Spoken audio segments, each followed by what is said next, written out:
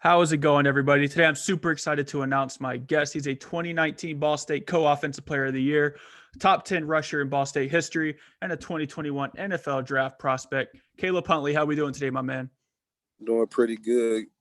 Can ask for a better day. Just, enjoying this time I got with my family and just waiting on the process. Yes, sir. Yes, sir. So first and foremost, we got to rep that area code. To tell us about your hometown and what makes it so unique. Uh, what people that don't know, I'm from Atlanta, Georgia. It's the 404. I'm actually from East Point, College Park area, but like I moved around a lot as a kid, so I pretty much lived everywhere. Right now, I stay in Locust Grove, which is like the south side of the city, probably like 25 minutes away. But what makes Atlanta so unique is like the blending of people. Like it's like a melting pot down here. We got a lot of good artists, good music, good food, and also like I just feel like it's a it's a like black metropolis, and that's like big for us. So we can just get out there and make something of ourselves. Like this is the city to do it. So For sure. As a fellow Georgia boy myself, I can back up that Atlanta is the shit for sure. I used to live down there in Albany for the longest time, and I've been to Atlanta quite a few times. Yes, sir. Yes, sir. So tell us about your recruiting process out of high school and why you decided to take your talents to Ball State. So my recruiting process out of high school was kind of rocky. It started out pretty decent. I was getting a lot of offers from schools or whatever, but my GPA wasn't where it needed to be, just based off of how I entered high school. When I was in eighth grade, like that transition to eighth or ninth, it was kind of like difficult for me. Like I was still being a class clown. I wasn't really mature at taking school, the way I should have been. So my grades were like poor, and I almost got held back going into the 10th grade, but I had to go to summer school. I ended up passing ninth grade. So every year on, I pretty much had to go to summer school every year, and it was tough, because my friends was out here just hanging out, doing what they do as kids in the summer, and I had to go to the academy just to try to get my grades up. So it was definitely tough. So my senior year, the offers came around. I committed to Western Kentucky. Then after a couple months, I got a call on the phone. They was like, "We don't think we're gonna be able to take you in this recruiting class due to your GPA. So we're gonna have to drop you." It just froze me for a second. I'm like, I put in all this work, and they need folks telling me I got to go JUCO. So I looked at that a little bit, but I really wasn't like trying to go JUCO, and I wasn't really believing that I would have to go JUCO. So what I did is really just step it up and finished in the classroom my last semester. I was able to get all A's and B's, and Ball State was there the whole way through, telling me that you can do it, you can finish. We're going to be right here and making sure that you do so. They kept their promise, and I told them that I would keep the promise that I made to them and commit to them. And as soon as I got there, I knew I had to do everything in my power to, show them folks why they made the right decision in bringing me to campus. Hell yeah, bro. You balled out too. You balled out for the past 4 years, bro. Now you're in position to play at the next level. When did you start to realize you could take your talents to the NFL level? Honestly, I felt like I could take my talents to the NFL level early, probably like at age 11, because I just seen like the tenacity I played with and the aggressiveness I played with, and everybody else don't play like that. So I felt like I had something going inside of me that would carry me a long way, and I mean, it obviously did. So I mean, that's when I kind of knew. What year were you in college whenever, like maybe kind of just tell us how the process went whenever you found out that you were on like scouts radars and whatnot? Really, um, it was after my junior year. That's when I really kind of noticed that I was on scouts radar. I had walked into the facility, and my running back coach was talking to a team at the time. That was like, how would he be if he came back home? I'm like, man, I didn't even know I was in position to get those questions asked. So I was like super excited. and then it just made me work even harder. So that's when I kind of figured it out. Yeah. So, what is your favorite part about playing the running back position? Honestly, I got two favorite parts. I would say scoring touchdowns and like just abusing the defender. Like I don't like when the defender like gets a good hit on me. I like to hit them before they hit me. So Yes, that's sir. my favorite part. Yeah, that's what's up. And I was putting on your tape earlier, bro, and you did a whole hell of a lot of that. So you about to make some NFL team very, very happy in the near future. So Yes, sir. with that being said, which NFL players do you cut the tape on to model your play style after? It's kind of hard to say that. I definitely like look at bits and pieces of different people, but at the end of the day, I kind of want to be my own person and kind of do my own little things. But I definitely looked at Marshawn Lynch a lot. Definitely looked at Le'Veon, Ezekiel Elliott. Um, who else? Fred Taylor, Frank Gore, kind of those guys, and kind of seeing how they did things and ran and how they worked. And I actually got a chance to meet Frank Gore in person training. So I mean, that was a big thing for me just to see him grind. That's what's up. That's what's up. So whenever Yeah. you're watching film as a running back, what are you looking for in terms of like the team you're going against? Are you looking for like what are the linebackers doing? Like in terms of you watching film on your opponent, what do you specifically look for? I look for I look at the D line and the linebackers really, just to see how they move up front, if they're aggressive off the ball or fast off the ball, what type of fronts they're going to be in, if the linebackers tackle well, flow well, if they can, just if they got pretty good speed on them. So it's a lot of stuff that goes into me watching. Gotcha. So do you prefer inside or outside handoffs and why? Uh, Honestly, it don't matter to me. But if I had to pick, I would say uh, outside handoffs.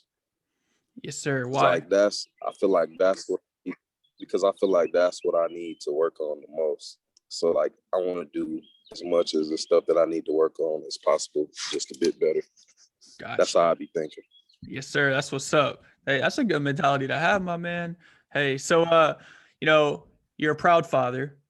So how has fatherhood helped mold you into the man you are today? Honestly, it's just made me rethink my life and just kind of calculate everything I do. Before everything was calculated, but not to this specific point right now. Everything I do is for him or for my family. So back then, before I had him, I was kind of just doing stuff on my own and doing stuff for me. But now that I got my son, it's just everything is oriented to make my family get to a better position than I was growing up. So um, I just want the best for my family, and I just want the best for my son. And that's why I just work so hard at what I do. Honestly, like I don't Yes, know any other thing to do right now. You yes, feel me? sir. Yes, sir. Yes, sir. Hey, man, you got that little motivation, bro. You don't even need extra motivation because you got your motivation living with you, bro. So that's what's up. Uh, So what is some adversity that you've been through at any point in your life, and then how did you overcome it? Um, Honestly, I know my story is not like the most horrifying or the worst story you probably ever heard of, but I feel like I've been going through adversity my whole life. Just from the jump, like growing up, was always in a position of financial struggles. Like from birth, we was moving around, facing eviction, didn't know if the water bill was going, the water was going to be on, or the electric, or if we was going to have food like that.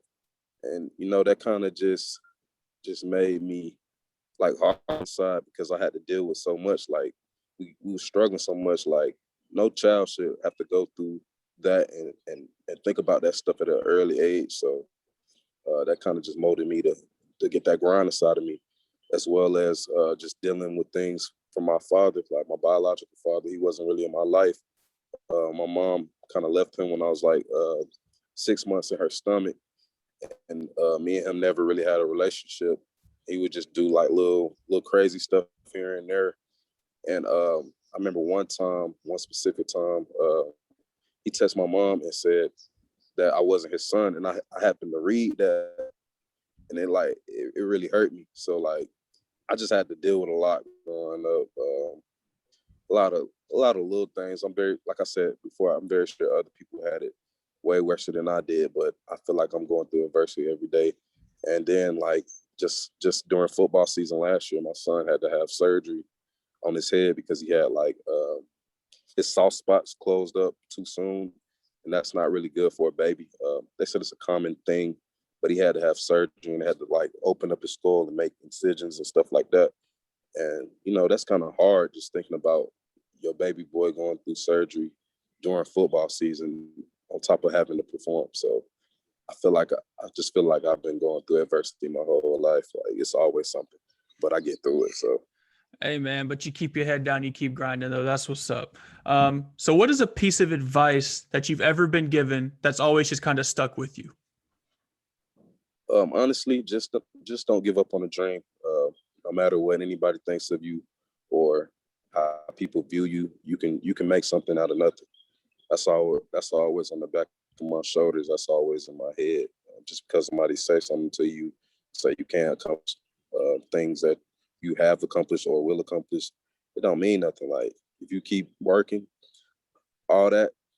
I mean, if you keep working, all that's gonna go to the back of the. That's gonna go to the wayside because like the grind is the most important thing. Honestly, like just don't give up. Yes, sir. So let's say I'm an NFL GM. Probably never gonna happen, but let's just say it, just for shits and giggles. What would you bring to my team if I drafted you? Honestly, just tenacity, being a great teammate. Um, I'm the type of player that comes to practice every day, 100% effort, and I feel like that rubs off on my teammates to make them practice harder, and that translates to the game and makes everybody better in the game situation. So it's a guy that loves to play football, loves to be around football, and I like being coached up, honestly. So that's what I can bring to a team, as well as my running style and also catching out the backfield. A lot of people don't know I could do that, but I'm pretty solid at that. So it's Yes, another sir. thing I'm looking forward to bring it to the table. Yes, sir. Yes, sir. So you're sitting in the locker room getting ready for a game. Who you bumping on your pregame playlist? Uh, I'm gonna go old school. I'm gonna say Future, definitely. Lil Wayne, um, probably Gucci Man, Jeezy, Bankroll Fresh. All right, all right. That's pretty solid. You out there to take some people's heads off, bro. Like Yeah. you ain't messing around with that playlist. All right, bet. Who is the best player you've ever played with and against? You can shout a couple guys out if you need to. I know it's tough. Uh, Damn, that is tough. I say my boy Justin Hall, uh, Antonio Phillips, Bryce Cosby, uh, my boy B-Mar, and I know I'm forgetting some folks. AJ Uzidema. Bet. Who's the best you played against? Is there like a particular D lineman or linebacker that just had your number? Honestly, I've never felt like that. I say one time my freshman when we played Illinois was a D tackle that they had on their team, and I ain't gonna lie, he smacked me. That was my welcome to college moment. He kind of like bent my face mask back and everything. So yeah, Okay. he got the best of me on that one. That's what's up. I mean, hey, it all worked out for you though. All right, one last question for you, Caleb. What kind of advice can you give to the young athletes out there trying to be in the league just like you? Just have a work ethic about yourself. Just grind till you can't grind no more. Never let nobody say what you can't do, and keep God first. Yes, sir. Ladies and gentlemen, Caleb Huntley. He is a Ball State running back about to declare, or actually, he's about to be in the NFL. He already declared. I mean, we about to be in the league here pretty soon. Tell us where we could follow you out on Instagram and Twitter. Instagram, follow me at Duke Huntley. On Twitter, you can follow me at one Duke Huntley.